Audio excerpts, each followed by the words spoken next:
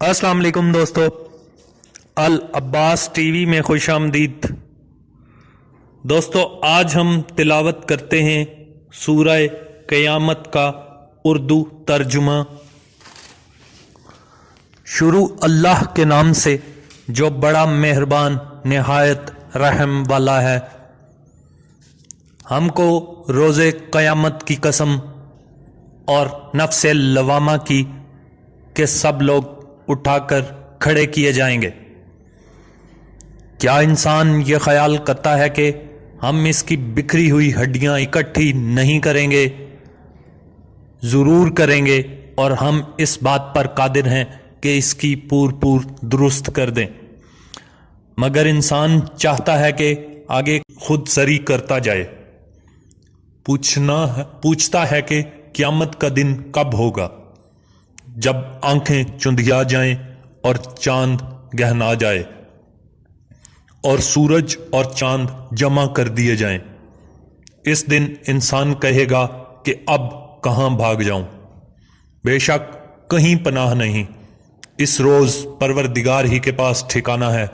اس دن انسان کو جو عمل اس نے آگے بھیجے اور پیچھے چھوڑے ہوں گے سب بتا دیے جائیں گے، بلکہ انسان خود اپنا گواہ ہے، اگرچہ عذر و معذرت کرتا رہے۔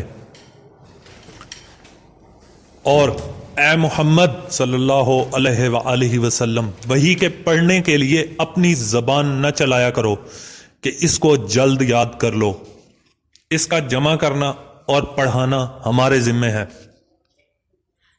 جب ہم وحی پڑھا کریں تو تم اس کو سنا کرو اور پھر اسی طرح پڑھا کرو، پھر اس کے معنی کا بیان بھی ہمارے ذمہ ہے۔ مگر لوگو، تم دنیا کو دوست رکھتے ہو اور آخرت کو ترک کیے دیتے ہو۔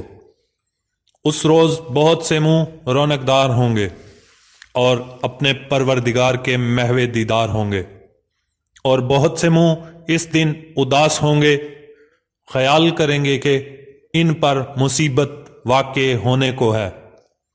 دیکھو، جب جان گلے تک پہنچ جائے اور لوگ کہنے لگیں اس وقت کون جھاڑ پھونک کرنے والا ہے، اور نے سمجھا کہ اب سب سے جدائی ہے اور پنڈلی سے پنڈلی لپٹ جائے، اس دن تجھ کو اپنے پروردگار کی طرف چلنا ہے۔